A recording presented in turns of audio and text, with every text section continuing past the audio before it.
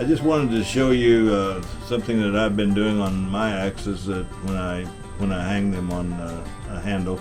I usually take like a Dremel tool, and I'll chamfer this edge all the way around like that, so that when I'm fitting it to the handle, rather than shearing the wood away from this sharp edge, would just shear that wood.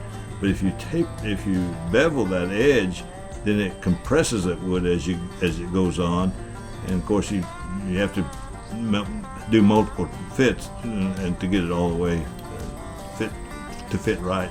But that bevel right in there keeps you from having any sheared fibers on the handle. It makes the joint between the head and the handle much stronger, rather than having a step in the handle where you've sheared the fibers. So that's one of the tips that I would give anyone that's going to go hang an axe head on a handle.